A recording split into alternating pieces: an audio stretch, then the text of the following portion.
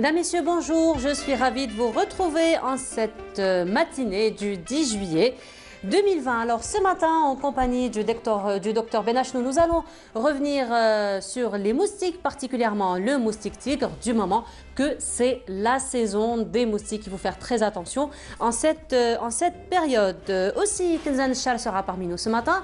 Elle reviendra sur le mouvement associatif et sur l'actualité associative, particulièrement en ces temps de Covid. Mohamed Yahyaoui, lui, qui était notre collègue, il l'est toujours. Alors, il a proposé une série de documentaires. Cette matinée, on reviendra sur les documentaires qu'il a donc proposés.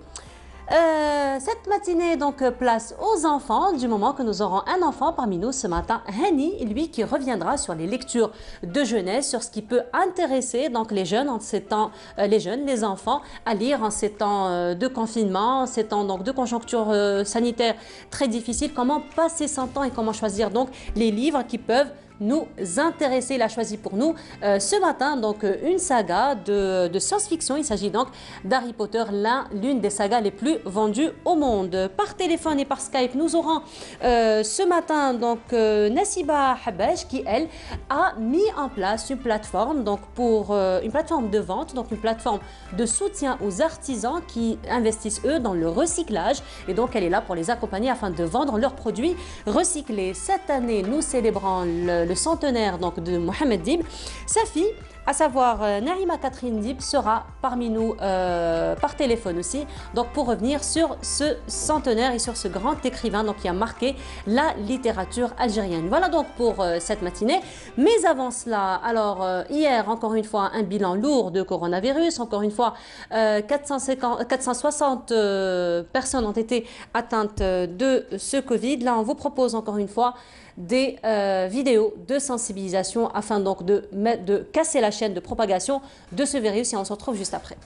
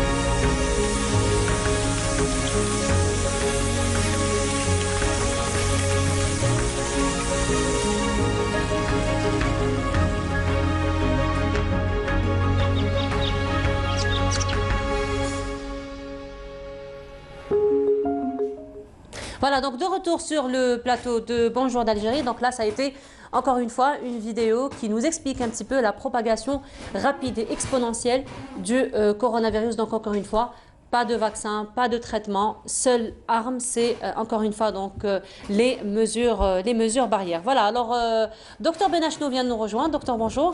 Sabah al-Khair. Sabah al-Nour, ça va docteur, vous allez bien? Un petit peu. Un petit peu. Un petit peu dans les vapes, les nuages. je crois que je connais le secret. Hein. Voilà. Je crois que je sais ce qui vous a mis dans cet état. Vous avez toujours été intelligente. Voilà. Et... Alors, docteur, alors aujourd'hui, vous avez quand même choisi un sujet d'actualité pour nous. Il s'agit des moustiques, mais avant de parler des moustiques, je voudrais quand même revenir sur cette vidéo que nous venons de voir.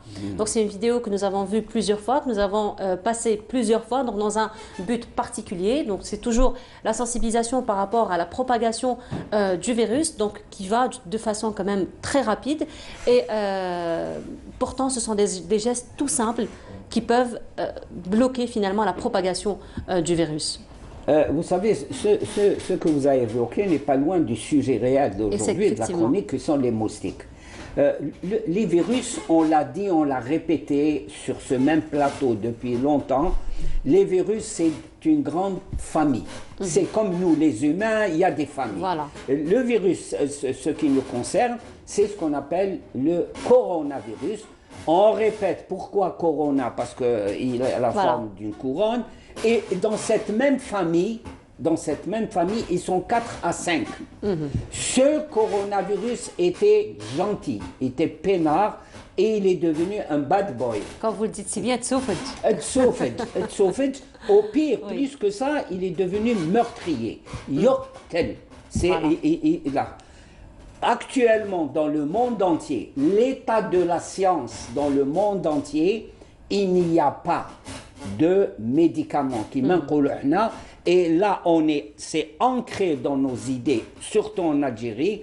Maladie égale doigt, égale pharmacie. Je connais Omar qui travaille, c'est un gars du quartier, il va me vendre doigt. Exactement. C'est ça l'intérêt, entre guillemets, hélas, du virus corona, c'est qu'il nous a fait prendre conscience, j'espère parmi la population, qu'il n'y a pas de doigt.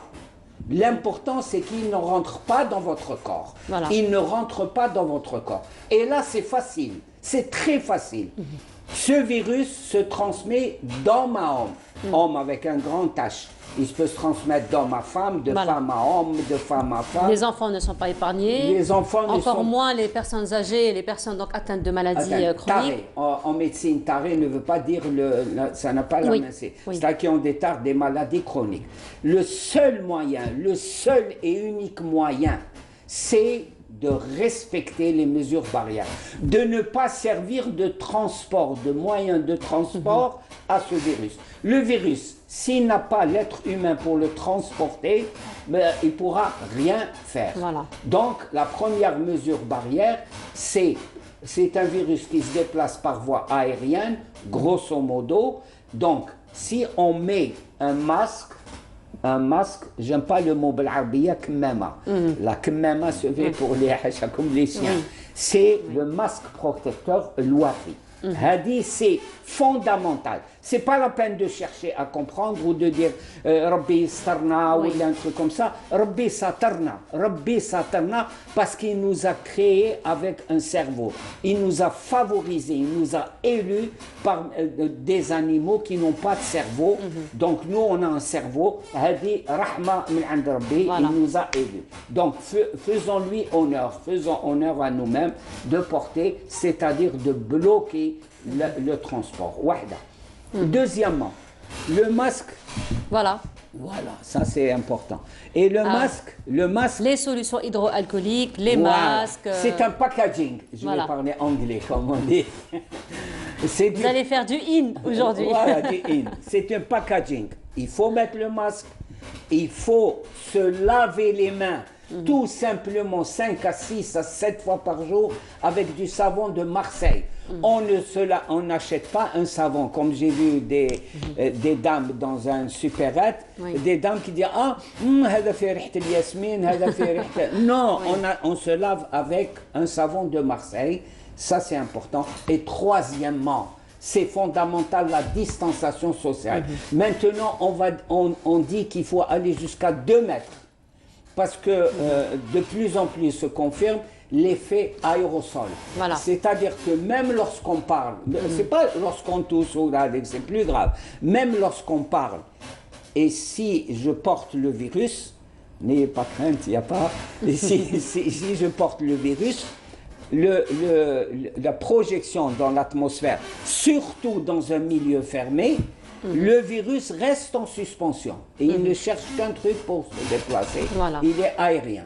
Donc, le masque. Voilà, nous avons un petit peu ici, encore une fois, des excellent. mesures barrières, Voilà. encore une fois, des modes de transmission du virus. Voilà. Voilà. Et- Donc, encore une fois, il faut toujours faire un travail de sensibilisation dans ce sens. Hier, On n'a j'ai pas de aimé. doigt. J'ai aimé. Il n'y a pas de doigt. Oui, il Voilà. faut insister, il n'y a pas de doigt. Et arrêtons de balivernes. J'ai vu sur les réseaux sociaux un message. عندي الحجة في الحومة داوي c'est de la يا جماعة نعلو بليس tu as le dernier né de la technologie وتقول كاين الحجة في الحومة elle guérit les c'est de la folie تقطع non ça c'est grave arrêtons ces balivernes نحبسوا هذا الخرايفات نحبسوها c'est les mesures barrières et ce qu'il y a aussi d'important c'est se laver les mains, l'hygiène. Et l'hygiène, c'est pas parce que le coronavirus. Oui. L'hygiène, ça doit être toute notre vie. Effectivement. Ça, et justement, docteur, parlant d'hygiène, alors l'hygiène, pas seulement parce qu'il y a le coronavirus, mais aussi pour plein d'autres microbes, pour plein d'autres virus aussi. Mais aussi, l'hygiène va nous permettre finalement d'éradiquer un autre problème, un autre fléau qui est les moustiques, finalement. Les moustiques. L'hygiène, une chose, sauf pour les dames. Attention, les ongles. Les ongles. Non, mais c'est pas grave pour les dames. À moins, les ongles, c'est là où se cachent les microbes. On peut prendre une brosse à dents usitée et surtout chez les enfants, qu'ils se lavent sans être agressifs. Oui, bien sûr. Ça, c'est important. Et chez les enfants, nous, on a été élevés comme ça, je crois que même vous, tout ça, il faut se couper les ongles. Ça, il n'y a pas de problème. Et pourquoi les virus, et ça a été excellent de votre liaison là, les virus et les moustiques entretiennent des relations dangereuses et tumultueuses. Beaucoup de virus, comme le Covid, jusqu'à présent, on peut découvrir des choses. Le Covid et transport aérien d'êtres humains par les gouttes de salive. Et attention, c'est des gouttes de salive qu'on ne voit pas. À chaque fois qu'on parle, on émet une aérolisation et il est transporté. Donc le masque est essentiel. Deuxièmement, les moustiques sont parfois utilisés et là très souvent par les moustiques comme moyen de transport. Les virus utilisent les moustiques comme moyen de transport et on a entendu parler de ces maladies, hélas, qui ne sont pas du tout exotiques, Ebola, chikungunya, Zika et autre chose que les téléspectateurs doivent comprendre. On doit avoir ces mesures barrières, ces mesures hygiéniques parce que les virus, et les spécialistes le reconnaissent, réservent de très très mauvaises surprises à l'être humain. Ce qui nous protège, ce sont les gestes barrières. Et les moustiques, il ne faut pas qu'on les favorise. Et moi, je vois les gens dire « Ah, les moustiques d'Ahmo ». Mais attention, les moustiques, premièrement, il y a une science qui s'appelle l'entomologie, qui étudie les moustiques. Du début, de comment ils naissent, qui c'est qui les porte, où est-ce qu'ils sont pendus, où est-ce qu'il y a la salle d'accouchement, si je puis dire, tout ça. Je crois que là, essentiellement, c'est le stockage de l'eau. Là où il y a de l'eau... C'est l'environnement favorable, finalement, pour la propagation de moustiques. À 100%.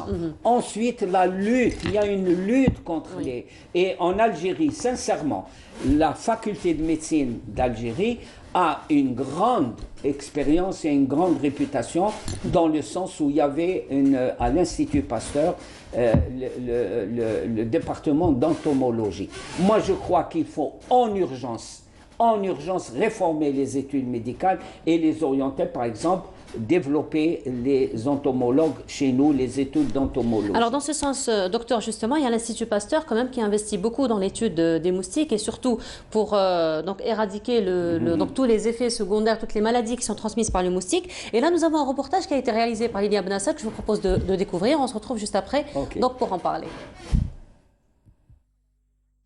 Avec son corps noir tacheté de blanc, le moustique tigre est facilement reconnaissable.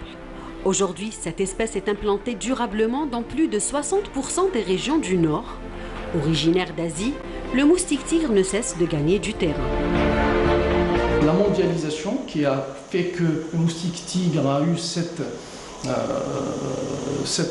comment on appelle ça, expansion rapide, et aussi par rapport à son cycle de vie. Par exemple, il a des œufs qui sont très résistantes. La première observation qui ont été faites sur l'arrivée du moustique tigre en Algérie, c'était en 2010. Voilà. Par la suite, c'était à Tizi Ouzou. Par la suite, on a eu, on va dire, une deuxième description, carrément, une deuxième description en 2015. C'était à Oran. On a un suspect qui est venu par le biais de l'Espagne, en passant par le Maroc, mais ça reste des suppositions. Des études doivent être faites très poussées pour savoir vraiment l'origine de ce moustique et son arrivée en Algérie. Sa propagation semble inéluctable, mais il est possible de la freiner. C'est par des gestes, que ce soit, on va dire, que ce soit par des méthodes chimiques qu'on utilise comme les DDT ou les autres anti-moustiques, par exemple les insecticides, mais aussi on peut aussi utiliser des moyens physiques. À nous de faire, par exemple, certains gestes dans nos jardins, parce que, comme vous voyez, le problème consiste dans les œufs qui résistent, qui se trouvent, par exemple, il faut connaître le cycle de vie de notre moustique. Premièrement, il y a une pente par rapport à d'autres moustiques.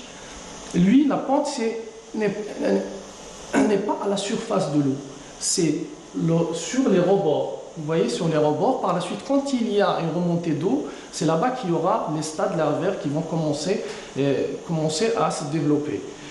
Et c'est à ce moment-là qu'on peut nous éliminer et diminuer de la densité du moustique tigre. C'est pour ça qu'il faut éviter, par exemple, de laisser dans les jardins les deux eaux stagnantes. Évidemment, la présence du moustique tigre est à prendre au sérieux. Pourtant, il n'est pas si dangereux. Le moustique tigre est porteur et peut aussi transmettre des maladies comme la dengue, la chikungunya et le zika. C'est des maladies, on va dire, c'est des virus. Mais pour l'instant, en Algérie, on ne les a pas, on est indemne.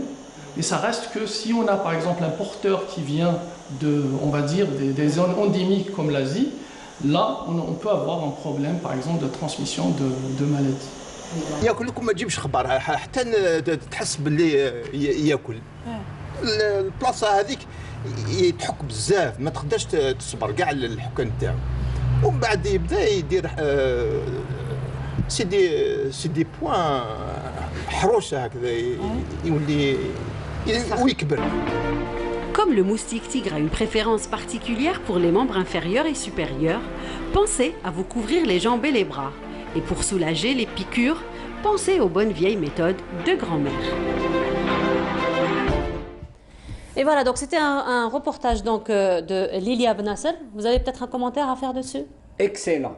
C'est ça l'idée de faire des reportages actuellement. C'est des trucs pratiques et c'est ça, même les recherches. Ce sont des recherches liées à la quotidienneté, ce que je vis. Les moustiques, c'est actuellement ce que l'on vit. Et il y a un aspect à développer lorsqu'elle a interviewé. Oui. Il faut expliquer pourquoi takul, pourquoi ceci. Quand le moustique nous pique, pour nous sucer notre sang. Mais notre sang, il peut coaguler, donc il peut pas, la paille risque d'être bouchée.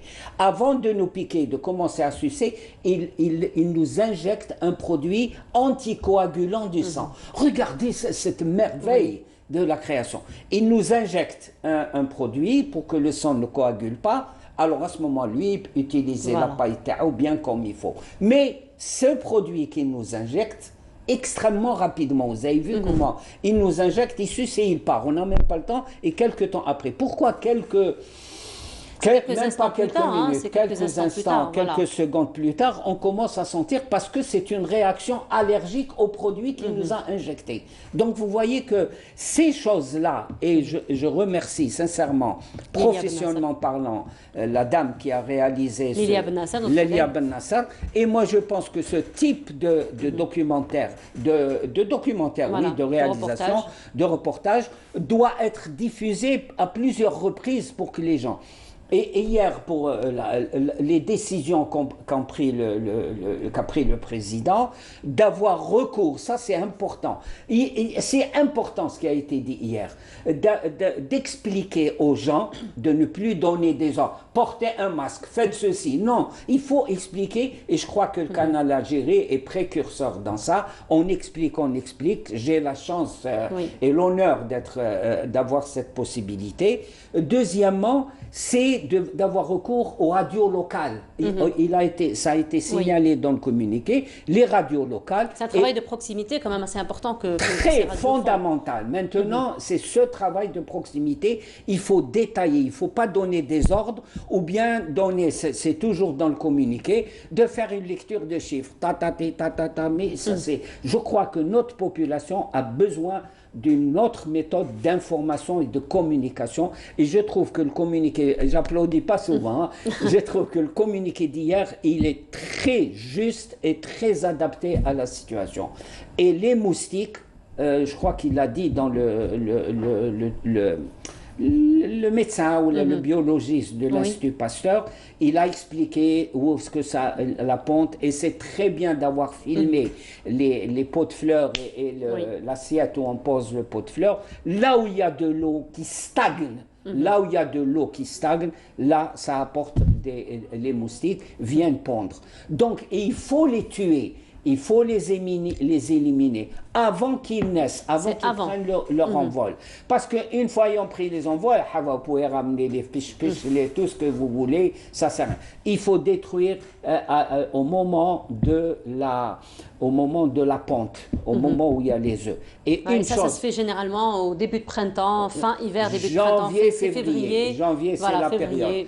Et une information, et je supplie les services BCH, ce qu'on appelle les bureaux communaux d'hygiène, les communes, d'aller au niveau des vides sanitaires en dessous des immeubles. Il y a des piscines d'eau usée. C'est comment on appelle ça, un lieu de villégiature des moustiques. Et c'est ça. Et maintenant, il faut être précis. Nous avons les composantes humaines, nous avons les données scientifiques ici en Algérie. Ne pas s'exciter sur les pastilles anti-moustiques ou les.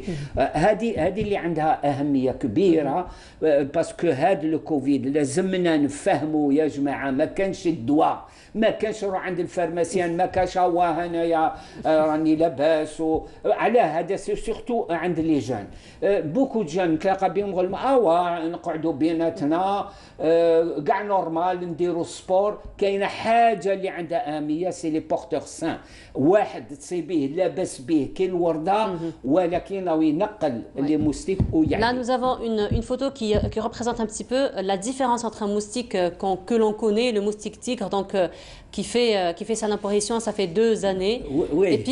Et puis l'effet que chaque moustique fait, donc on le voit bien sur la photo, la différence donc, entre les deux. Oui, ça c'est important. C'est ce qu'on appelle une réaction inflammatoire, une réaction allergique. C'est vrai qu'avec le moustique tigre, elle est beaucoup plus large et beaucoup plus dangereuse pour quelqu'un qui est allergique. S'il reçoit beaucoup de piqûres, ça peut être une allergie généralisée. Ça c'est important. Mettre sur cette rougeur, le lieu de piqûre, ce qu'on appelle un anti-inflammatoire. On peut d'abord frotter avec de l'alcool, ça c'est important, ou mettre un peu d'eau de javel pour éviter l'infection. Mais ce qui est important aussi, je l'ai essayé chez moi et pour moi, c'est le côté mécanique. Je crois qu'il ne faut pas utiliser les pastilles ou autres. Moi, j'utilise beaucoup plus les ventilateurs. Parce qu'ils ne peuvent rien faire contre les ventilateurs. Quand il y a du vent. Il y a du vent, tout ça, il n'y a pas. Donc, c'est beaucoup plus intéressant. Mais il faut que l'on prenne conscience que حنايا المشكل تاعنا حنا اللي نعطيو. هاي حاجة كي نحطوا شكارة تاع الزبل حاشاكم. رانا نهضر على الجيريان فوالا نحطوا شكاره تاع الزبل حاشاكم. Il y a toujours un jus, un liquide qui sort. Mais ça c'est du miel pour les moustiques. Et pire que ça, c'est du miel pour les rats. Donc راك تشوفوا باللي حنا ça voilà, ça c'est une photo quand même assez choquante de l'effet. Donc là, moi, je serais passé directement au corticoïde parce que c'est une inflammation généralisée. Ah, quand même, corticoïde, carrément. Vous voyez pas, ça c'est... Oui. Parce que, et surtout, si la personne est allergique ou présente des problèmes, là, je crois qu'il faut y aller et bien nettoyer. Donc finalement, docteur, vous recommandez à ceux qui se font piquer quand même de cette manière d'aller consulter, de ne pas... Ça c'est très... Moi je parle en tant que médecin, j'ai vu un cas. Mais ce que... واش نقول للناس اللي يكون عندهم كيما وريتوهم دور.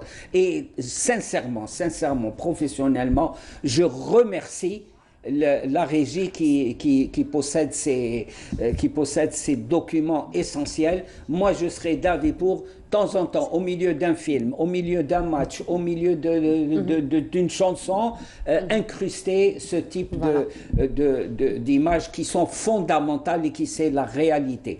ردوا بالكم ما تزهزوش. هذا ما كانش الدواء ما كانش الدواء وكاين حاجه واحده اخرى واعره ما تقوليش انا نقعد مع صاحبي ولا نديروا سبور لاباس بينا هذاك اللي يدير سبور ولاباس به هذاك هو اللي يكون ساكن فيه الفيروس وينقلوا وما يدير له والو من بعد ما عندناش الوقت باه نفهموا عليه ما يدير له والو ولكن راهو يعدي راهو يطوش.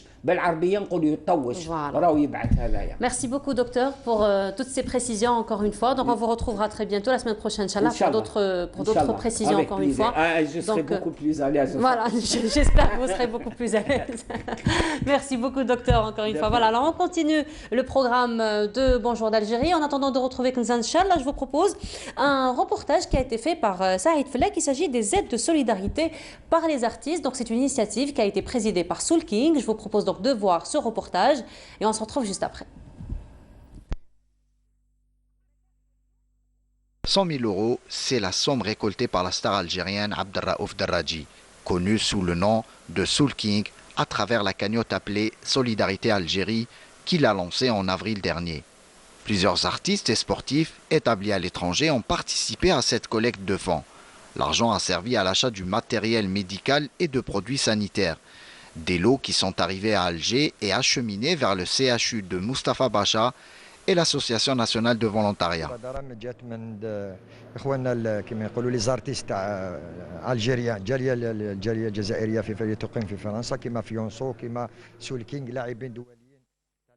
C'est une louable initiative que celle qui a été prise par nos artistes établis en France, à leur tête Soul King et Fianso, avec la participation aussi de plusieurs joueurs de l'équipe nationale. La cagnotte a atteint la somme de 100 000 euros. En tant que président de l'APC d'Alger Centre, en collaboration avec l'Association nationale de volontariat, nous avons établi le contact avec nos amis installés à l'étranger pour faciliter l'acheminement de ces dons. Nous avons consulté le professeur Belhadj qui exerce au CHU Moustapha Bacha pour qu'il puisse nous dresser une liste des équipements manquants afin de lutter contre la contamination au coronavirus. Ces lots comprennent entre autres masques, thermomètres et combinaisons de protection. Des masques, des bavettes, des thermomètres, des combinaisons. Cette opération témoigne de la solidarité des Algériens là où ils se trouvent dans le monde. Leur but, lutter ensemble contre la propagation de la pandémie du nouveau coronavirus. Voilà, donc toujours avec le mouvement associatif et Kenza Nchar vient de nous rejoindre. Kenza, bonjour. Bonjour. Ça va, Kenza? Qu'est-ce qu'on filme, Kenza?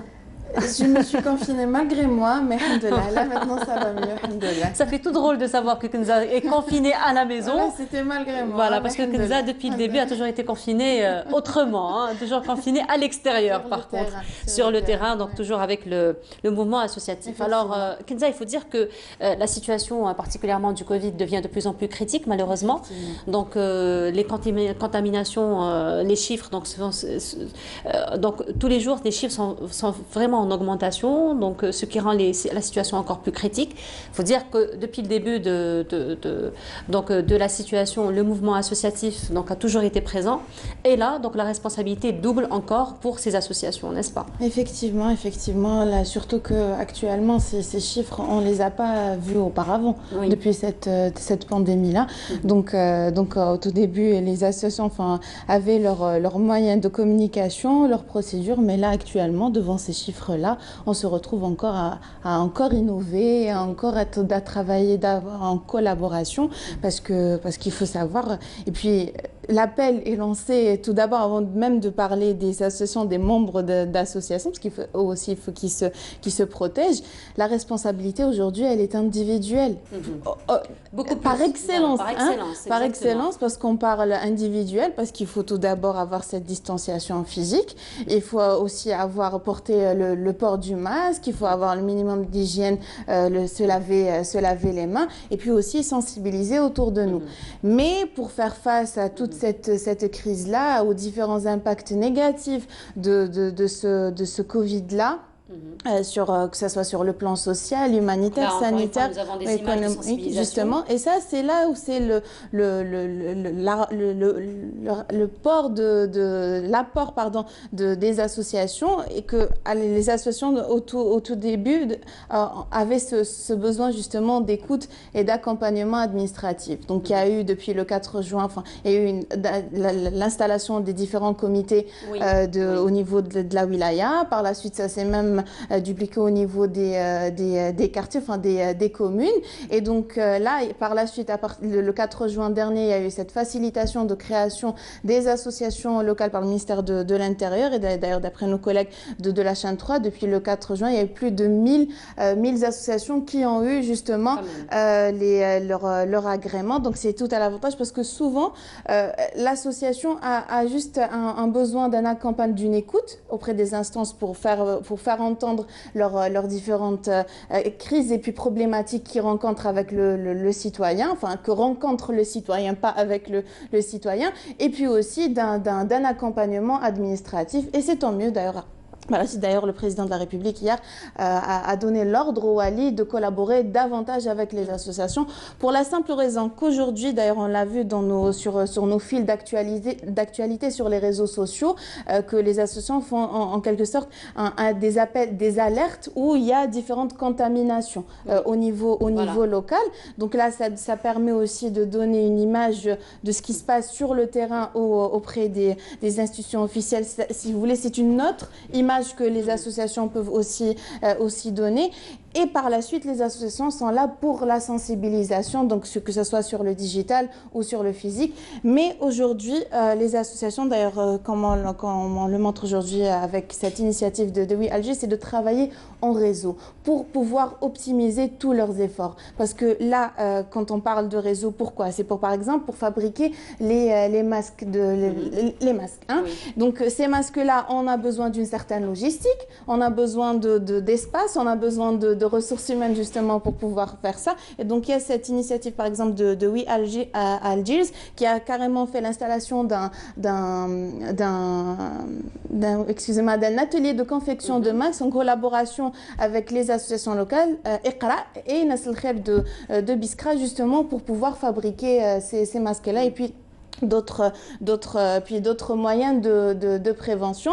Mais aussi, on a aussi ces appels-là pour le corps médical. Le corps médical, aujourd'hui, il est un petit peu fatigué, hein, depuis le 4 depuis le mars, depuis le mois de mars, qui sont mobilisés. Déjà, le 25 février, déjà. Exactement.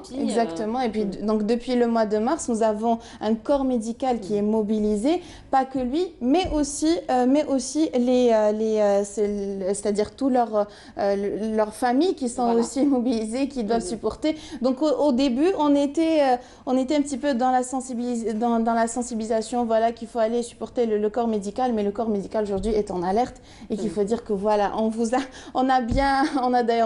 le voit sur les différentes pages Facebook, les médecins font appel en disant que on a sensibilisé, mais les gens n'arrivent pas encore à prendre la responsabilité. responsabilité. Finalement pour le corps médical. Tout à fait. D'autant plus qu'il est profondément touché. Donc rien qu'en 24 heures, 24-48 heures, on a perdu déjà 4 médecins. Exactement. Donc sans parler donc de ceux que nous avons perdus, les autres que nous avons perdus auparavant, et puis les infirmiers, les autres corps médicaux aussi, qui est aussi atteint malheureusement. Donc ce sont eux qui sont finalement au devant de la scène, et ce sont eux qui sont les premiers finalement contaminés.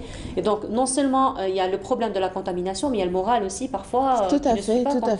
Quand on voit qu'on fait des efforts, mais il n'y a pas finalement... Il y a aussi d'autres corps, par exemple, comme les éboueurs, comme tous ceux qui travaillent dans les entreprises, qui n'ont pas pu quitter, tous ceux qui travaillent dans les différentes administrations. Donc là, aujourd'hui, l'appel est tout d'abord par cette responsabilité individuelle. Et c'est d'ailleurs dans ce sens-là que, par exemple, aujourd'hui, mis à part les associations qui font de la sensibilisation, il y a aussi ces jeunes influenceurs.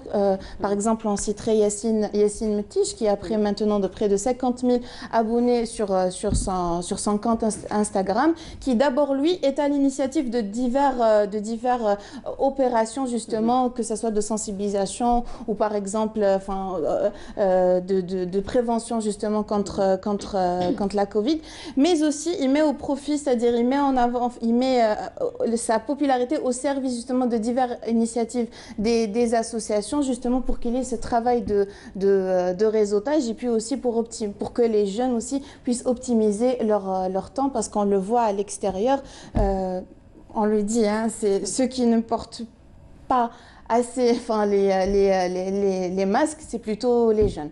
Donc le fait qu'il y a que ça soit un jeune qui communique avec les jeunes, du moins on espère qu'il y ait encore c'est-à-dire un meilleur impact sur ces jeunes-là. Et aussi, il y a des jeunes qui aussi veulent donner l'exemple, tel que ce jeune de Seïda, qui dans son quartier a transformé carrément c'est-à-dire c'était un petit jardin, une petite passerelle qui était complètement, c'est-à-dire abandonné. Donc il a optimisé justement ce confinement-là pour transformer cette petite passerelle en un petit paradis justement pour le quartier. Il y a aussi un autre travail voilà, exactement.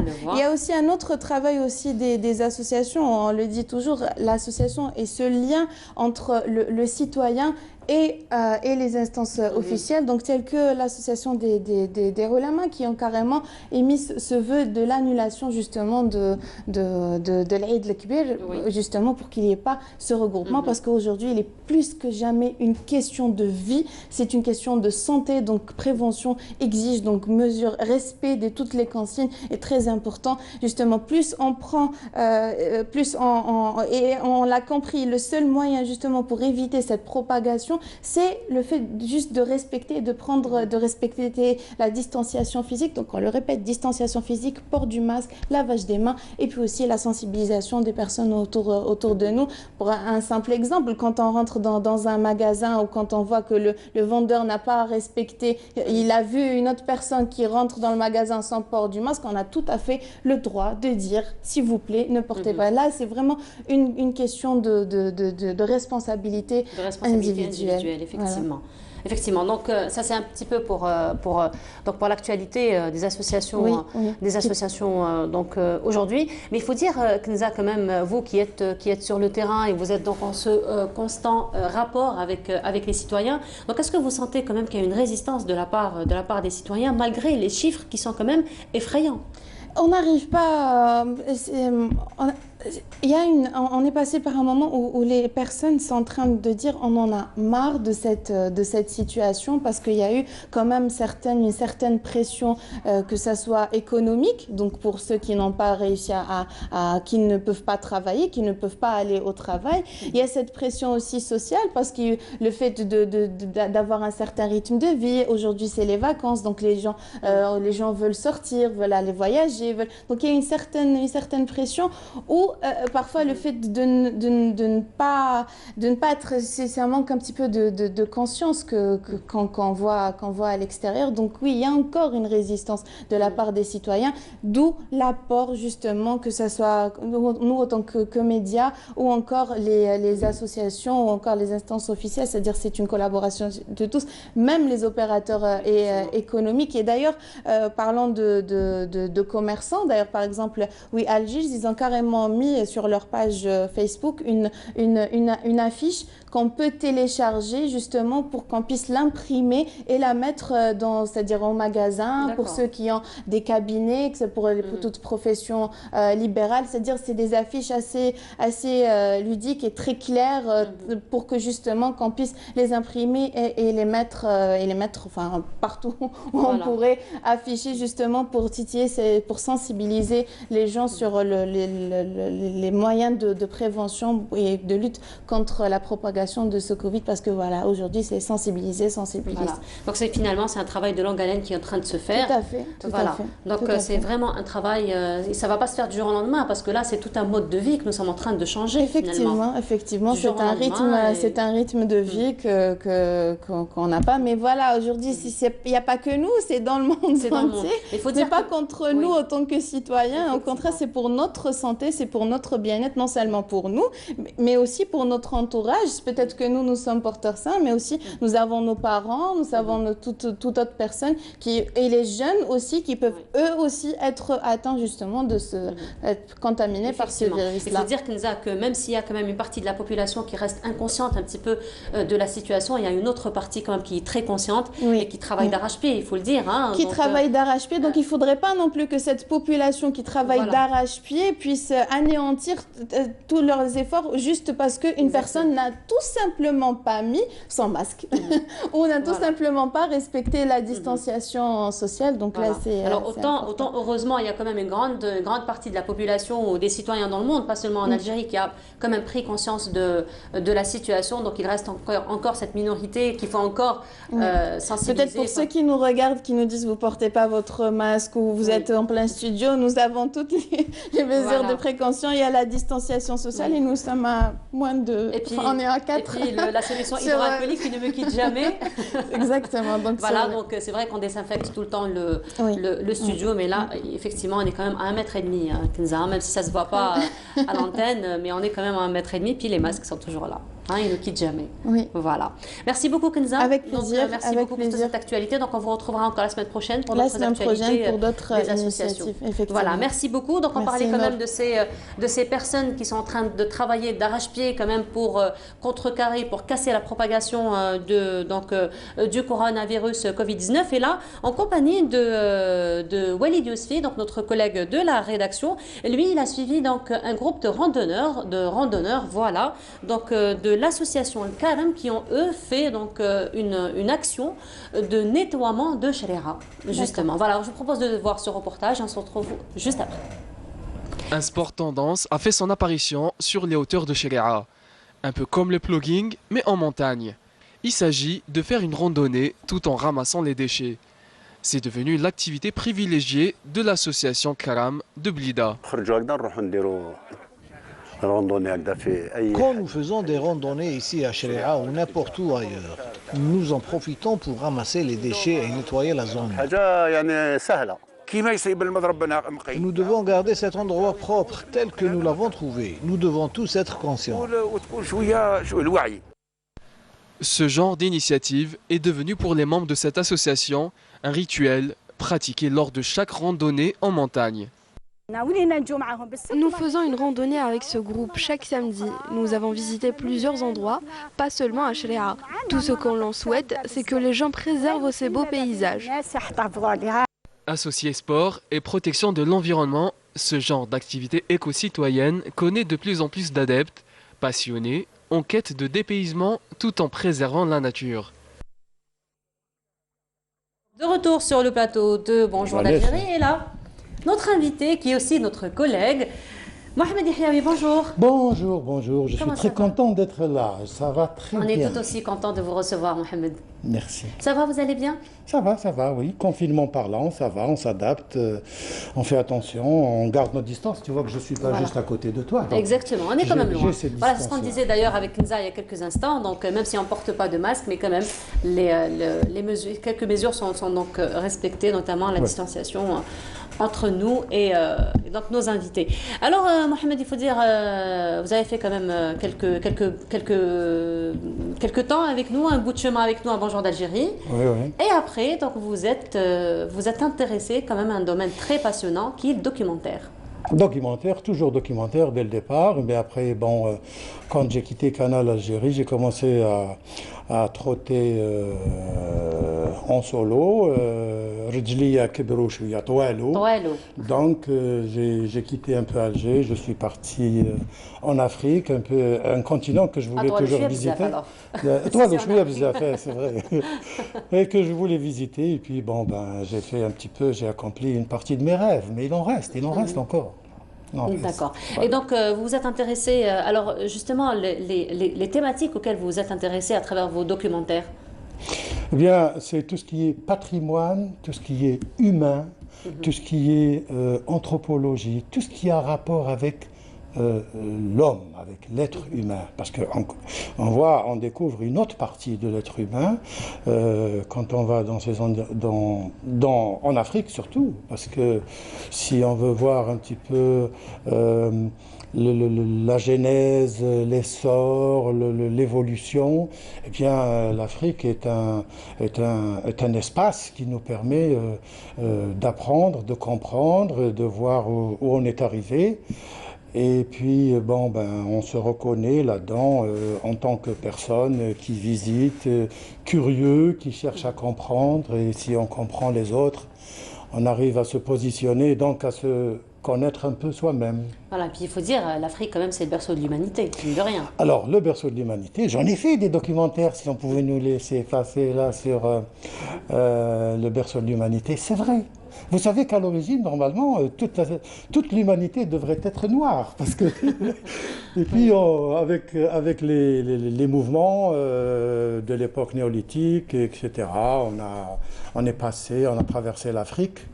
Une partie de notre traversée est passée par l'Algérie. Récemment, ça a été prouvé il y a 2 ans de cela par nos amis archéologues et chercheurs, et qui démontrent que, voilà, Aïn Bouchret, qui démontre que une partie de cette colonie du début de l'humanité a traversé l'Algérie en passant par Gibraltar et allé conquérir le reste du monde, l'Europe en particulier.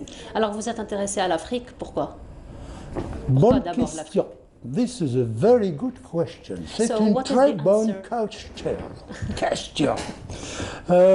L'Afrique, parce que tu viens de le dire, c'est d'abord le berceau de l'humanité, mais c'est aussi, on fait partie du continent africain. On nous a toujours appris à regarder vers le nord, la Méditerranée, la France, etc. Mais on n'a jamais regardé derrière nous.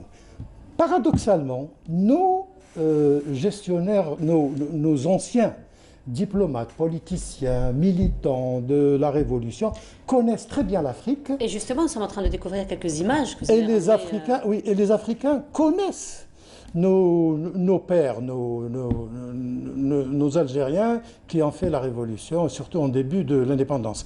Alors, est-ce qu'on passe à autre chose ici? Là, on a vu donc un extrait de l'un de vos documentaires. Donc là, vous parliez du choix de l'Afrique. Voilà, on parlait de l'Afrique. Il faudrait qu'on se réhabilite avec notre Afrique, c'est notre continent. Tous les Africains nous connaissent très très bien. Hélas, on ne les connaît pas inversement. Alors à chaque fois que je vais rencontrer des gens, le guide, l'équipe qui tourne avec moi, ils connaissent Boumediene, Bembella, ils connaissent tous les présidents, toute notre histoire. Ils savent, on les a aidés à devenir indépendants. Il ne faut pas oublier que là, Alger, c'était la Mecque des révolutionnaires, c'était aussi la Mecque des leaders africains qui sont venus ici. Il ne faut pas oublier aussi qu'on a fait 2 festivals panafricains. Les gens ne se rendent pas compte. On était les premiers. On était et les seuls jusqu'à maintenant. Les seuls jusqu'à maintenant. Le festival panafricain en 69, c'était au lendemain de l'indépendance. Exactement, oui. Et personne n'a pu le faire. L'Algérie l'a fait. Donc vous savez, il y a tout un potentiel où on cherche à exprimer notre amour, notre rapport envers l'Afrique, mais il n'y a pas... Enfin, on le fait quand même à travers... pour qu'il y ait un peu plus de suivi. Donc là, c'est l'une des initiatives, justement, pour se réhabiliter avec l'Afrique, les documentaires que vous faites. Donc là, on vous propose de découvrir un extrait, justement, de l'un de vos documentaires, et on se retrouve après. Un simple établi en plein air, à l'ombre des arbres à Malindi, sur la côte du Kenya, les plages et hôtels exotiques n'attirent plus les touristes étrangers comme dans le passé. You have some various types. After you have drawn, Seules quelques familles et des jeunes désœuvrés passent leur temps au jeu et à la baignade. Cette fatalité ne semble pas toucher un ambitieux artisan qui s'est lancé dans la fabrique de produits issus des déchets recyclés et dans la principale matière première des pneus usagés.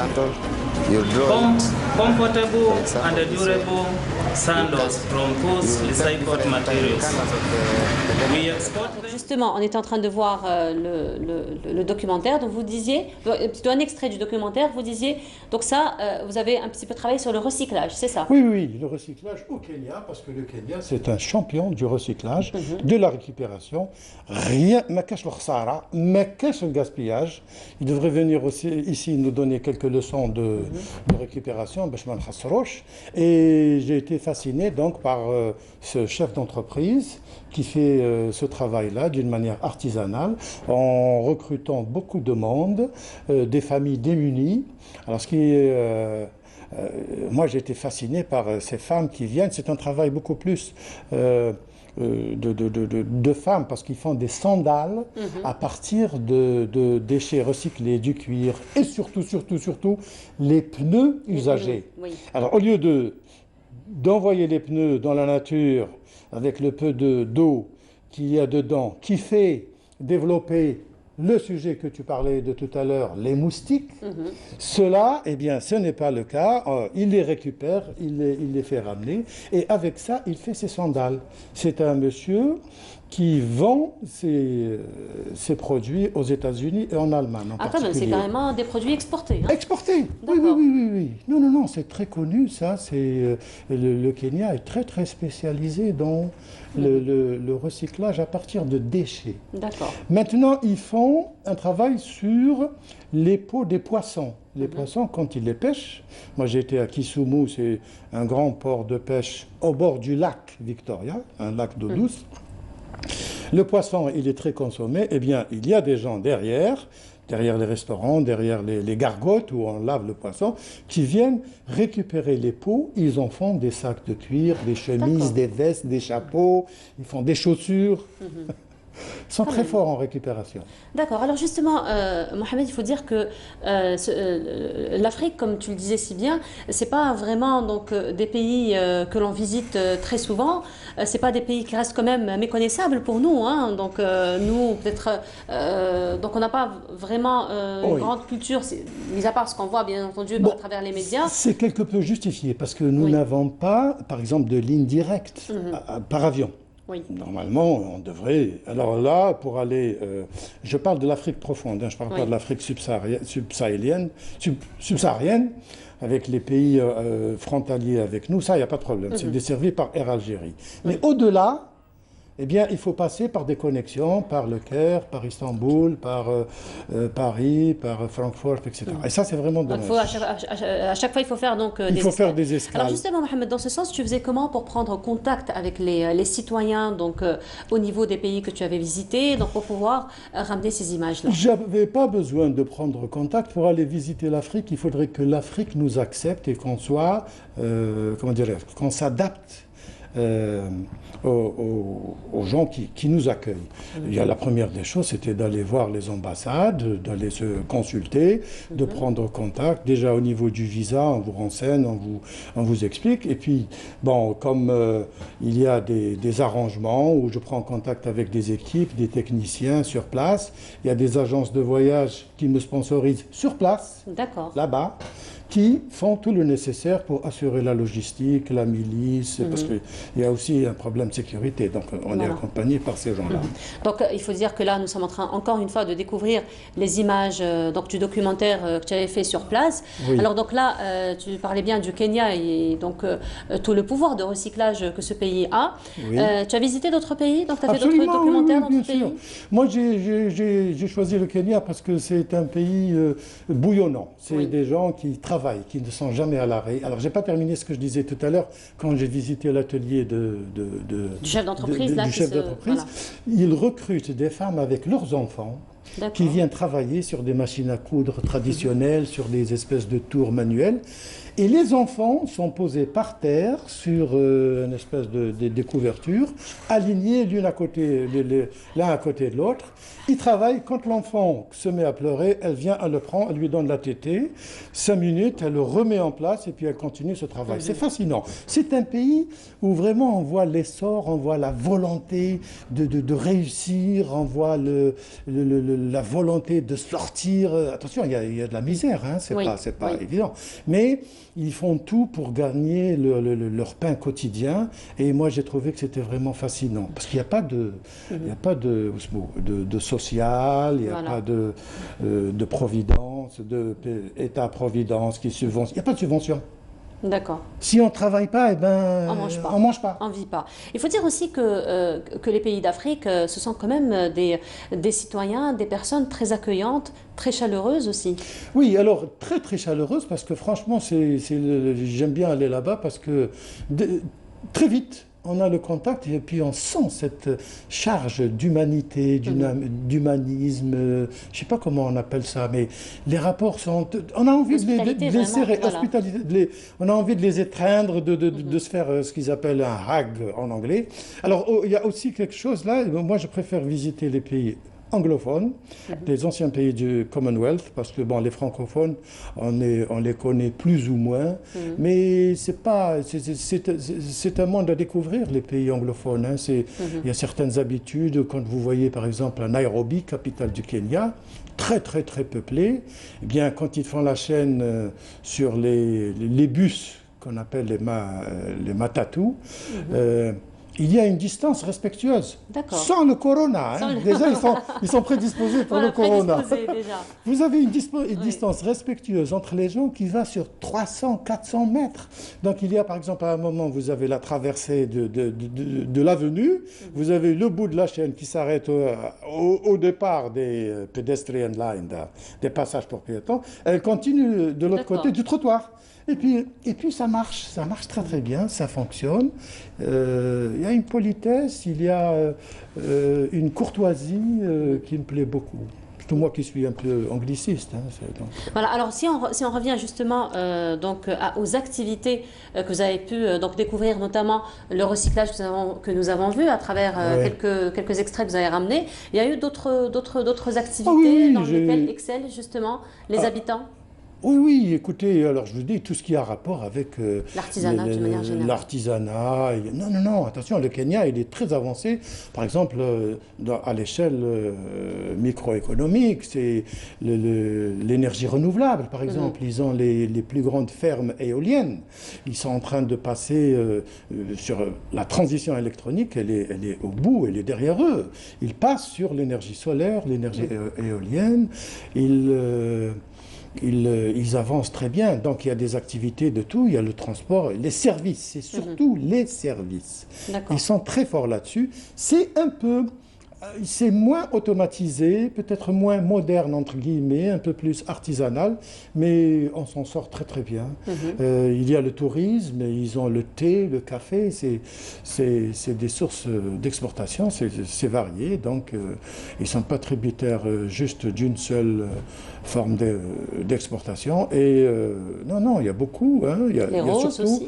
Le tourisme. Alors les roses, mais les roses, c'est des clusters. Les roses, c'est des espèces de petits îlots d'activités qu'on trouve ça et là, qu'on voit de très loin. Hein. Les maisons, les plastic house, donc les serres pour la culture avec une irrigation moderne. Ça, c'est pour des étrangers à qui on a demandé de venir investir, des hindous en particulier, des anglophones aussi, des américains, qui font la culture des roses. Et ils sont très très forts en matière de roses. Hein. C'est une productivité impressionnante. Avec une grande variété aussi.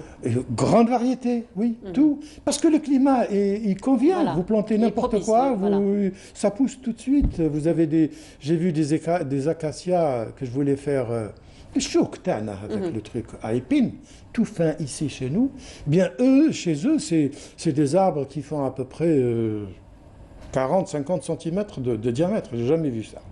Et donc, le climat, le terreau, le sol, l'humidité, tout convient. Et puis, ils ont les plages, je parle du Kenya, ils ont la côte de l'océan Indien, ça c'est des plages de rêve. Hein. D'ailleurs, il y a un petit aperçu de ce documentaire, parce que là où j'ai tourné, c'est une ville au bord de l'océan Indien, au sud de Mombasa. Mombasa, c'est très connu, c'est un port. Et c'est la route, l'ancienne route des épices, des Portugais quand ils ont traversé, quand ils sont venus de l'Asie, de l'Arabie surtout, parce qu'il y a une grande influence arabe sur cette côte-là. Et qui, à l'époque, le canal de Suez n'existait pas, donc il fallait descendre le long de la côte en passant par Zanzibar, l'Afrique du Sud, contourner le Cap et remonter de l'autre côté vers l'Europe. Voilà, alors qu'est-ce qui t'a marqué le plus au Kenya? Qu'est-ce que tu retiens le plus? Tout est beau, on est tranquille, la tête, c'est la tête. C'est un dépaysement total, oui, Mohamed, il faut le dire. Dépaysement total, on se sent bien. Malgré le fait que moi je fais du globe-trotter, je ne vais pas dans les grands centres touristiques, c'est pas mon domaine. Je me confonds avec la population. De toute façon, c'est la meilleure façon de découvrir. Alors oui, mais sous certaines conditions. Attention, il peut y avoir des mésaventures qui nous sont arrivées, mais ça fait partie du parcours. On s'en sort à chaque fois. Finalement, c'est pas pour autant que vous changez d'avis. Non, pas du tout. Ça fait partie de l'aventure. Les mésaventures font partie de l'aventure. Les mésaventures nous font découvrir beaucoup de choses, au point où, par exemple, la population, à un moment, quand il y a des frictions, ils prennent votre défense automatiquement. D'accord. OK. Avec des mots, tout ce qu'ils disent, c'est sorry. Et ils te disent sorry pour toi qui viens d'avoir un problème. Alors ils viennent te dire, tu dis sorry. Et tu dis sorry, qu'est-ce que tu m'as fait? Ils me disent pas moi, lui, il t'a cherché noise. Voilà, alors justement, on a fait un petit voyage en ta compagnie ce matin au Kenya. Très bref, hélas, très bref. Voilà, très bref. On aura l'occasion certainement de voir, pourquoi pas, le documentaire en entier. Et donc, ce qu'on retient un petit peu, c'est un petit peu ce recyclage. Donc, ce qu'on retient le plus, parce qu'on a vu de très très belles images. Et dans ce sens, justement, Mohamed, avec nous par Skype, Nassiba Habash. Nassiba, bonjour. Bonjour. Nassiba, vous nous entendez bien? Oui, je vous entends très bien. Alors Nassiba, justement, elle a lancé une plateforme de vente des produits recyclés. Voilà, pour rester donc dans le recyclage. Alors Nassiba, qu'en est-il de cette plateforme? En fait, je vais juste corriger un petit mot. En fait, il s'agit plus d'une plateforme de cyclage. C'est-à-dire, on est plus dans le cyclage. J'ai choisi en fait le terme recyclage parce qu'il est beaucoup plus parlant, qui parle en fait à tous. Mais concrètement, nous sommes plus dans un procédé de cyclage qui est possible à tout le monde d'opérer chez soi avec quelques modifications sur un déchet pour lui donner une seconde vie et une nouvelle utilité. D'accord. Alors justement, cette plateforme, elle est destinée à qui? En fait, aux particuliers, à tous ceux désireux donc de vendre, acheter, échanger, troquer ou même donner des produits d'occasion, afin de leur redonner toujours dans cet esprit de seconde vie. Alors il faut dire que les recyclages, particulièrement dans le domaine artisanal, n'est pas très connu chez nous. Donc c'est une pratique et des activités qui ont fait leur apparition donc récemment. Alors comment voyez-vous un petit peu l'avenir ou le présent déjà de ces produits recyclés? Écoutez, nous le voyons déjà au niveau de notre groupe. Donc, il faut savoir qu'au départ, au lancement du groupe, nous lancions une journée spéciale dédiée aux artisans qui œuvrent dans le zéro déchet, donc tout ce qui est récupération. Et lors du confinement, donc le groupe a été fermé, donc afin d'éviter que les transactions se passent pendant la période. Nous avons eu vraiment des pépites, donc des membres, pratiquement la plupart de nos membres se sont lancés dans des aventures de recyclage, donc de création à partir de déchets. Donc, honnêtement, quand on voit toutes les pépites et toutes les belles choses que nous avons eues sur le groupe, je pense qu'il y a quand même un potentiel énorme sur cette démarche. Alors justement, Nassiba, dans ce sens, donc pour faire des produits recyclés, donc il faut avoir des déchets, bien entendu. Alors comment se fait un petit peu le travail de collaboration afin de récolter, de récupérer ces déchets afin de les recycler par la suite? Écoutez, ces déchets qui peuvent se trouver chez nous, donc il peut s'agir de bocaux en verre, de bouteilles en plastique, de chutes de bois qu'on peut récupérer chez un menuisier. Nous avons même des membres qui arrivent à récupérer des affaires que l'on retrouve à l'extérieur, c'est-à-dire qui sont jetées, qui peuvent être, à qui on peut redonner vie. Donc c'est quelque chose d'extraordinaire qu'on a découvert sur le groupe. Voilà, donc il y a énormément de potentiel pour trouver des déchets qui n'attendent que d'être upcyclés en quelque chose de plus utile, en fait, de valoriser en quelque chose de beaucoup plus utile. Alors justement, valoriser tous ces déchets-là. Alors vous qui êtes en contact avec ces artisans, j'imagine que vous avez été agréablement surprise de voir la transformation donc, des déchets en produits quand même de décoration, en produits utiles. Mais sinon, quels sont les produits qui reviennent le plus, donc qui sont le plus proposés par les artisans? Alors très souvent, nous rencontrons par exemple la transformation d'un bidon par exemple de peinture qui a été jeté n'importe où, qui se transforme en un joli panier avec juste une petite transformation avec des cordes. On peut retrouver des bouteilles par exemple en verre qu'on transforme facilement en lampe de chevet. Donc c'est réellement un côté esthétique qu'on donne à des déchets. Donc c'est quelque chose d'assez formidable. Voilà, bah c'est très joli, Nassiba, votre initiative, donc elle est à saluer. Juste vous nous rappelez s'il vous plaît l'adresse de votre plateforme afin que d'autres artisans donc, puissent se joindre à vous? Bah écoutez, c'est la recyclerie des Z, donc sur Facebook. Bon, le groupe a été, on va dire que nous avons un peu freiné les adhésions afin de mieux structurer le groupe, mais mahba à tous ceux qui veulent, à tous les artisans qui nous rejoignent. Et de toute manière, tous nos membres sont des artisans, parce qu'à chaque fois, nous découvrons des gens qui sont juste des particuliers chez eux, mais qui arrivent à inventer des choses vraiment, vraiment magnifiques et à partir vraiment de rien. Donc il y a un énorme potentiel. Voilà. Merci beaucoup, Nassiba. Merci beaucoup donc Nassiba d'avoir été parmi nous ce matin. Je rappelle Nassiba Habesh, donc vous avez lancé cette plateforme de vente de produits recyclés. Donc beaucoup de courage à vous et surtout vente, achat et donc de produits recyclés. Alors bonne réussite à vous et bon succès à vous. Merci beaucoup. Donc, là, ici, le marhaba bik à tout moment, bien entendu. Voilà, donc Mohamed, j'imagine ça vous a fait plaisir donc, de voir une telle initiative. Absolument, hein, il faudrait qu'il y en ait beaucoup. Il y en ait beaucoup. Par exemple, ici, c'est des points comme ça, des îlots de recyclage, alors que par exemple en Afrique, c'est tout un monde, toute une culture, c'est beaucoup de choses. Ben, Mohamed, merci beaucoup d'avoir été parmi nous ce matin. Merci pour de me recevoir. ce beau partage. Oui, oui, je suis très contente d'être ici parce que ça change ici chez vous, c'est pas mal. Avec le recul, mais avec le recul, c'est bien. Il y a beaucoup d'améliorations, d'équipes formidables. Vous êtes en train de faire un travail franchement super. Je sais que c'est un peu difficile, mais les fondamentaux sont en train de se remettre en place et ça c'est bien. Je voudrais juste profiter pour dire un petit coucou à ma femme, peut-être qu'elle est en train de me regarder, je ne sais pas. Est-ce que tu me vois? Certainement, certainement. À mes amis, Mohamed Hamidi, à toute l'équipe qui est derrière ici, à mes amis les Kenyans et les Africains que je connais. Voilà. Et que je ne connais pas aussi. Et puis voilà, à d'autres, donc ceux que tu ne connais pas, probablement tu feras leur connaissance très bientôt. Merci beaucoup Mohamed pour ce beau partage. Donc on reste encore une fois avec le recyclage et cette fois-ci c'est Faria Al-Hamdi qui nous emmène pour découvrir une dame donc, qui elle lui a adressé donc, son portrait. Il s'agit de Maya House, elle qui a donc lancé une unité de récupération de déchets à Azazga.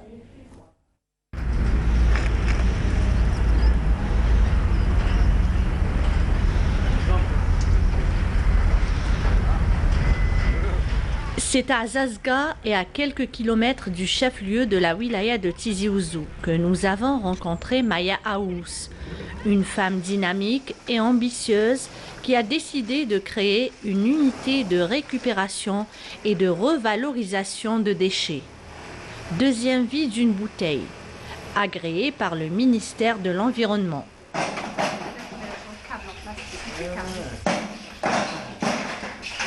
Nous sommes spécialisés dans le PET, ce qui est le polyéthylène terephthalate. Donc tout ce qui concerne les bouteilles agroalimentaires. Donc les bouteilles d'eau, de boissons gazeuses et de jus. Notre entreprise se situe à Azazga, dans la wilaya de Tizi Ouzou. Elle a été créée en 2013 par le biais de l'ANSEJ et financée par la BNA. Voilà. Nous avons commencé petit, nous avons commencé dans 32 mètres carrés et on s'est agrandi au fur et à mesure pour occuper maintenant 2 étages, une cave et un premier étage, une superficie à peu près de 300 mètres carrés avec notre unité et nos salariés qui sont à 6 jusqu'à présent.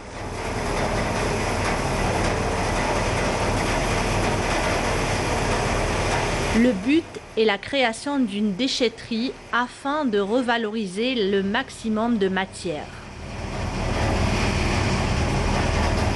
À un autre niveau, le déchet, donc ce qu'on appelle le déchet qui est pour nous une matière première pour le traitement. D'accord, c'est sur quoi on travaille. Donc le déchet arrive soit en mise en balle, soit en vrac. Donc on le récupère soit chez des usines avec lesquelles on a des contrats, ou bien avec des particuliers qui font de la collecte. Donc il y a beaucoup d'informels et d'autres personnes qui sont agréées et reconnues qui font de la collecte et qui en font une activité. Donc à notre niveau, quand le déchet arrive, donc d'abord il est trié. Donc on fait le tri des matières et des couleurs. Ensuite vient l'étape du traitement. Donc il passe dans une unité qui est composée d'un broyeur, d'un bac de lavage, d'une centrifuge pour enlever l'excédent en eau et d'un petit broyeur pour en faire de la fine paillette de 10 mm prête à l'emploi. Donc une fois que le traitement est fini, donc cette matière-là, c'est une matière première, non, qui en résulte. Elle est stockée dans des big bags envoyés à des usines de transformation. Et cette matière, donc elle va être utilisée pour en faire soit le monofilament de balai, le feuillard de cerclage, la ouate ou bien tout ce qui est fibre. Maya Aous a fait des études en droit, mais la gestion des stocks est le domaine dans lequel elle s'épanouit. Le travail pour elle représente l'essence même de la vie et son grand souhait aujourd'hui est d'étendre son activité à la lutte pour la protection de l'environnement. Nos projets à venir, nous avons eu dans le cadre du Calpiref un terrain de 5000 m² dans une autre commune, bien sûr. Pour étendre notre activité, on crée agrandir l'activité. Passer, comme nous avons une autorisation pour le carton, le verre, le papier et tout ça. Donc nous voulons agrandir cette activité-là et en faire une grande déchetterie avec des boxes de stockage, le tri des matières. Donc aller agrandir notre activité et aller vers d'autres matières recyclables. Aujourd'hui, le plastique ne doit plus être considéré comme un produit jetable, mais comme une ressource qui a de la valeur. Et voilà, donc de retour sur le plateau de Bonjour d'Algérie, très belle initiative donc de la part de Maya Aous qui elle redonne vie finalement à tout ce qui est plastique. Voilà, on se retrouve donc pour la dernière station de cette matinée en compagnie d'un enfant. Il s'agit de Hani. Hani, bonjour. Bonjour. Comment ça va, Hani? Ça va. Je suis très heureuse de te recevoir, Hani. Oui. Merci. Merci. Alors, Hani, tu as quel âge? J'ai 10 ans et demi. Alors Hani, aujourd'hui, tu viens finalement pour partager avec nous ta passion, l'une de tes passions qui est la lecture. La lecture. La lecture. Alors, est-ce que tu as d'autres passions, mis à part la lecture, avant de parler de la lecture? Ah ouais, j'ai les jeux vidéo, les films, les séries. Ça, c'est un peu tout le monde qui a ses passions. Je fais aussi du karaté. Tu fais du karaté? Oui. Et tu es en quelle ceinture? Ceinture bleue. Ceinture bleue, d'accord. Ah bah, il faut avoir peur là de toi. Hein. Je fais de la musique aussi. Tu fais de la musique? Tu fais de la flûte? Oui. Très bien. C'est le seul instrument auquel tu joues? Je joue aussi avec de la guitare, mais je ne l'ai pas ramené. D'accord. Donc aujourd'hui, tu vas partager avec nous quelques morceaux de flûte, du moment que tu as ramené ta flûte avec toi? Oui. Très bien. Alors justement, avant juste de partager ce moment donc musical et puis de lecture avec toi, alors Hani, justement, tu sais qu'en ce moment, dans le monde entier, il y a une situation de santé qui est un petit peu difficile. Tu as pris connaissance de tout cela? Oui, le coronavirus. Le coronavirus. Tu connais des choses sur le coronavirus? Bah oui, ça a commencé en Chine. Et maintenant, c'est devenu la pandémie mondiale la plus grande. Qui touche un peu le monde.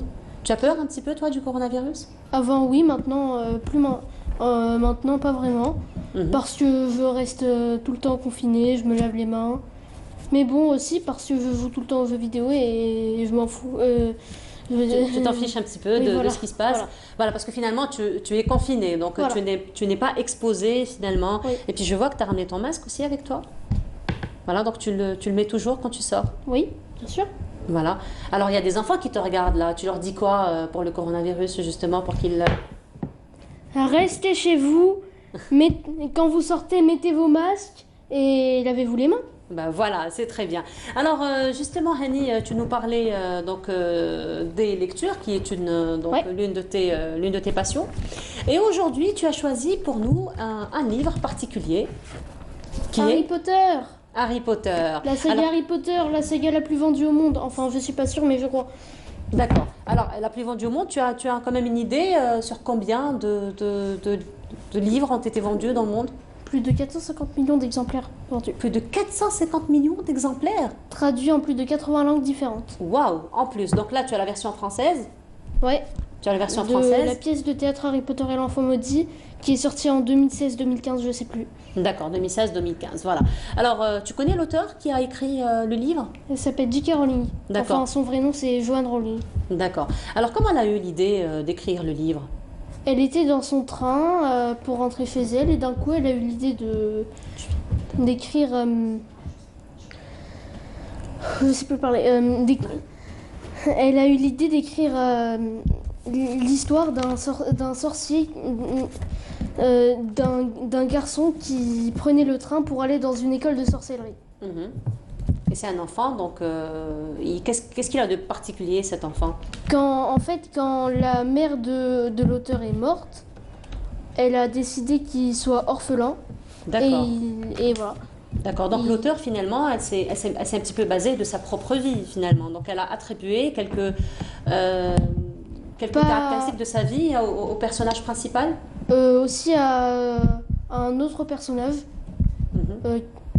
Donc en gros, Harry Potter, elle a attribué juste le fait qu'il est orphelin. Mais pour son intelligence et tout, elle l'a attribué à un autre personnage qui est l'ami d'Harry Potter. C'est une fille, elle s'appelle Hermione Granger. Hermione Granger, c'est le nom du personnage, hein, dans le personnage qui a vraiment été inspiré de l'auteur. D'accord. Alors, il y a eu combien de livres? Parce que tu parlais d'une saga, donc une saga, ça doit être plusieurs livres. 7 livres. 7 livres. 8 films. Le septième a été divisé en 2 parties. Pourquoi en 2 parties, le 7e? Déjà, il était trop long. Bon, après, oui. Après, les réalisateurs, ils demandent encore un peu d'argent aussi. Voilà, c'est pour gagner un peu d'argent qu'ils ont donc départagé le livre. Mais là, je croyais que tu avais dit que c'est le 8e, donc il n'y a pas, si je comprends bien, il n'y a pas eu un 8e livre. C'est une pièce de théâtre. Il n'y a pas eu. Et là, c'est donc l'une des épreuves que les sorciers passent. Ouais, c'est la première. Et d'ailleurs, Harry Potter a été un 4e sorcier. C'était la première fois à cause d'une petite ruse d'un professeur qui est en fait un allié du méchant Voldemort, qui a tué les parents de Harry Potter quand il était petit, qu'il avait 1 an. Bon, il est aussi un peu ridicule, mais voilà. Un peu ridicule, le méchant, il est ridicule? Oui, il est très ridicule. D'accord. Alors, quand même, il y a... toi qui as lu donc, quelques-uns de la saga d'Harry Potter et tu as regardé les films, à ton avis, est-ce que les films d'Harry Potter, donc dans leur réalisation, dans le choix des personnages, dans les séquences, le décor, etc., est-ce que tout cela représente bien le contenu du livre, à ton avis? Toi qui as eu l'occasion de lire et de voir le film en même temps. Pas vraiment. Pas vraiment. Dans quel sens, pas vraiment? Rien que entre le premier film et le premier livre, il y a de grosses différences. Déjà, un chapitre entier, ils l'ont résumé en 1 minute, je crois, je suis pas sûre.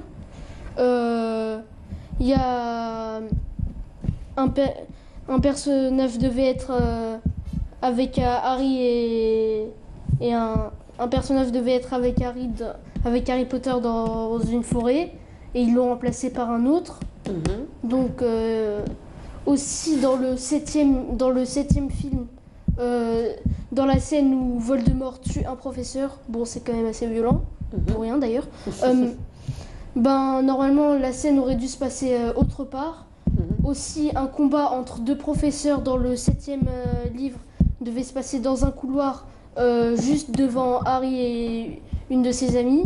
Dans le film, il était devant toute l'école Donc voilà, il y avait des petits détails. Donc finalement, il n'y a pas une adaptation fidèle du livre, mais il y a eu quand même un travail qui a été fait dans le film, c'est ça. Ouais. Alors toi, Hani, est-ce que tu préfères finalement le contenu qu'il y a dans le livre ou ce que tu as vu dans le film? Je préfère le livre parce que déjà il y a plus de détails. Oui. Plus de description peut-être? Oui, plus de description. Mais le film aussi c'est bien parce que en fait je sais pas vraiment pourquoi je dis que c'est bien, mais voilà. Ça te permet peut-être d'imaginer mieux les scènes, les séquences, les personnages? Voilà, en fait quand j'ai lu le premier livre, j'imaginais les endroits, et quand je regardais le film, ils étaient tellement différents de ce que j'imaginais, je trouvais ça trop bizarre. D'accord, tu préfères ce que tu imagines toi ou ce que le film te propose? Ce que j'imagine moi. Ce que tu imagines toi, voilà. Parce que finalement, on revient à ce que le livre te donne beaucoup de descriptions. Donc contrairement en vrai, au film. le petit avantage du film, c'est que, en gros, il y a plus... je sais plus parler. Plus d'effets spéciaux, plus d'action.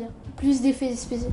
En gros, les combats sont plus épiques. D'accord. Alors que dans le livre, le combat final entre Harry Potter et Voldemort le méchant, dans le livre, il n'était pas si spectaculaire. Alors que dans le film, voilà, j'ai rien à dire.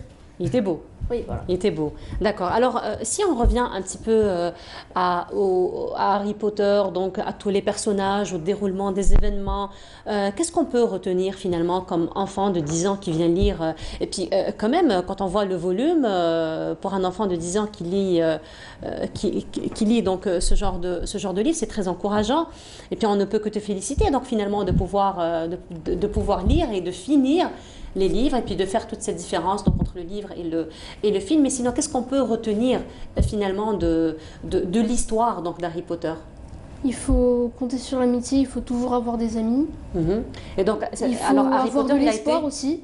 Alors, tu parles d'amitié, alors on peut déduire par là qu'Harry Potter avait des amis, il comptait sur ses amis, c'est ça? Beaucoup. D'accord. Ouais. Ses fidèles amis sont Hermione Granger et Ronald Bilius Weasley. Bon, je vais pas dire le nom complet parce que sinon personne ne va comprendre, mais Ron Weasley, quoi, Harry Potter. Et aussi...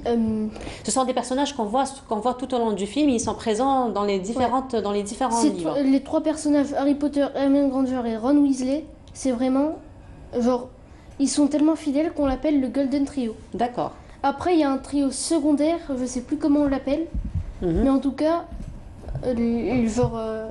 en fait, je sais même plus c'est quoi les personnages de ce trio, mais voilà. En tout cas, il y a 7 personnages, techniquement, genre, j'ai l'impression que le film et que la saga Harry Potter, en fait, c'est juste...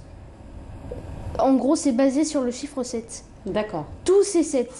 Il y a 7 livres, il y a 7 Horcruxes de Voldemort, c'est les trucs qui permettent d'être immortel. Il y a 7 années à Poudlard, l'école de sorcellerie. Donc voilà. Et ensuite, il y a... Donc c'est basé sur le chiffre 7. Alors je reviens à toi, Hani, dans un petit moment, mais là nous avons juste un appel téléphonique, on reste dans la littérature, et là nous allons parler donc de l'une des plus grandes figures, des plus grandes pointures de la littérature algérienne. Il s'agit donc de Mohamed Dib. Cette année c'est le centenaire de la naissance de Mohamed Dib, et par téléphone nous avons donc l'honneur d'avoir sa fille, Naïma Catherine Dib. Bonjour. Bonjour. Marhaba, ça va, vous allez bien? Vous nous entendez? Oui. Je vais très bien et je voulais vous remercier de m'avoir invité. Donc merci à Bonjour d'Algérie et bonjour à tous les Algériens, les Algériennes qui m'écoutent. J'espère que tout le monde va bien et que malgré l'épidémie, voilà, tout le monde a du courage. Voilà. Oui, effectivement, tout le monde a du courage. De toute façon, c'est ce qu'il disait maintenant, Hani, il faut avoir de l'espoir. Alors, Madame Dib, il faut dire que cette année, on célèbre le centenaire donc, du feu Mohamed Dib. Alors, qu'est-ce que cet événement représente pour vous? Pour moi, ça représente quelque chose de très important. C'est vrai que moi, c'est mon père, je pense à lui tous les jours. Et on a commencé une activité assez importante entre des amis, la famille et des universitaires. Bon, ça fait maintenant 7-8 ans qu'on organise des événements. Mais alors, le centenaire est emblématique. Donc ça donne l'occasion de le mettre encore plus en lumière, et de faire des bilans, de se souvenir de son importance, de l'importance de son œuvre et de son influence même sur des écrivains actuels. Voilà, donc malgré l'épidémie, plusieurs événements vont avoir lieu. Là, je ne vais pas faire la liste comme ça tout de suite, hein, ça risque d'être un peu embêtant à écouter. Mais au moins un aperçu, pour avoir une idée. Alors un aperçu, on a... Je vais dire les choses peut-être par ordre chronologique, hein, parce que je ne vais pas séparer par France, Algérie, etc.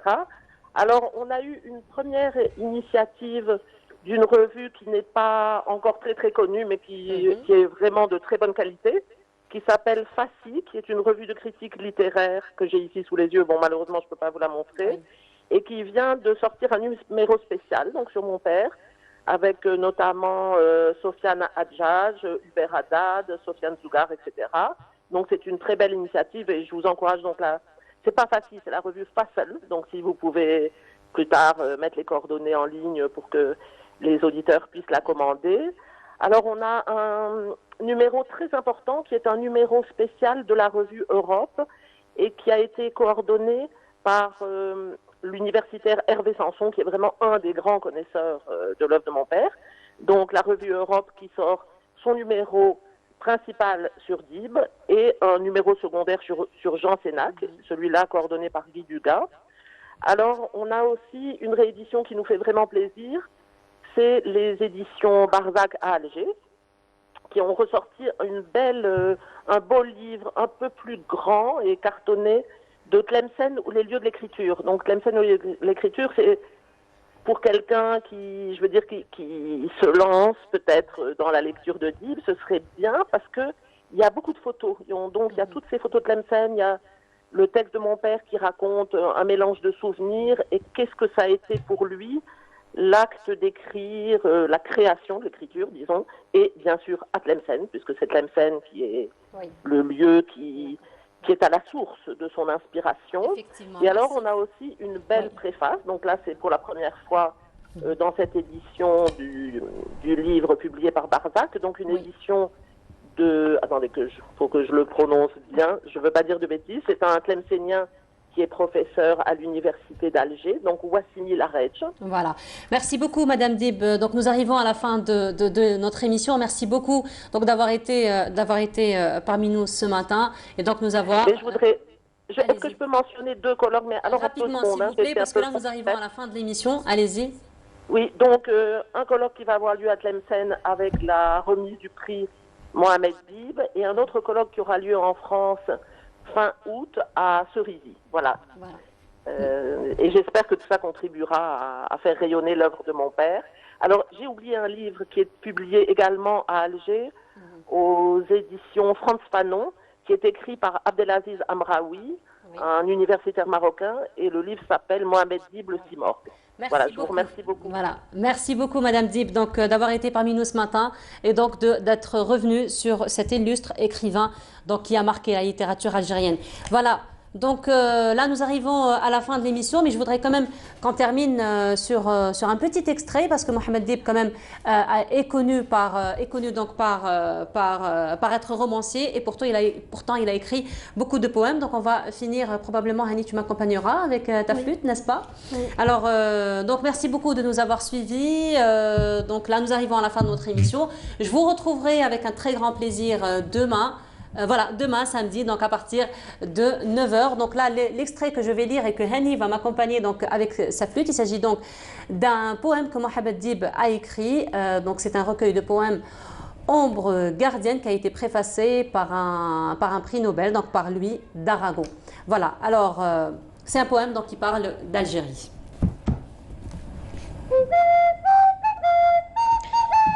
Moi qui parle, Algérie. Peut-être ne suis-je que la plus banale de tes femmes, que la plus belle banale de tes femmes. Mais ma voix ne s'arrêtera pas. De haies, plaines et montagnes. Je descends de l'Aurès. Ouvrez vos portes. Épouse fraternelle, donnez-moi de l'eau fraîche, du miel et du pain d'orge. Je suis venue vous voir, vous apporter le bonheur, à vous et vos enfants. Que vos petits nouveau-nés.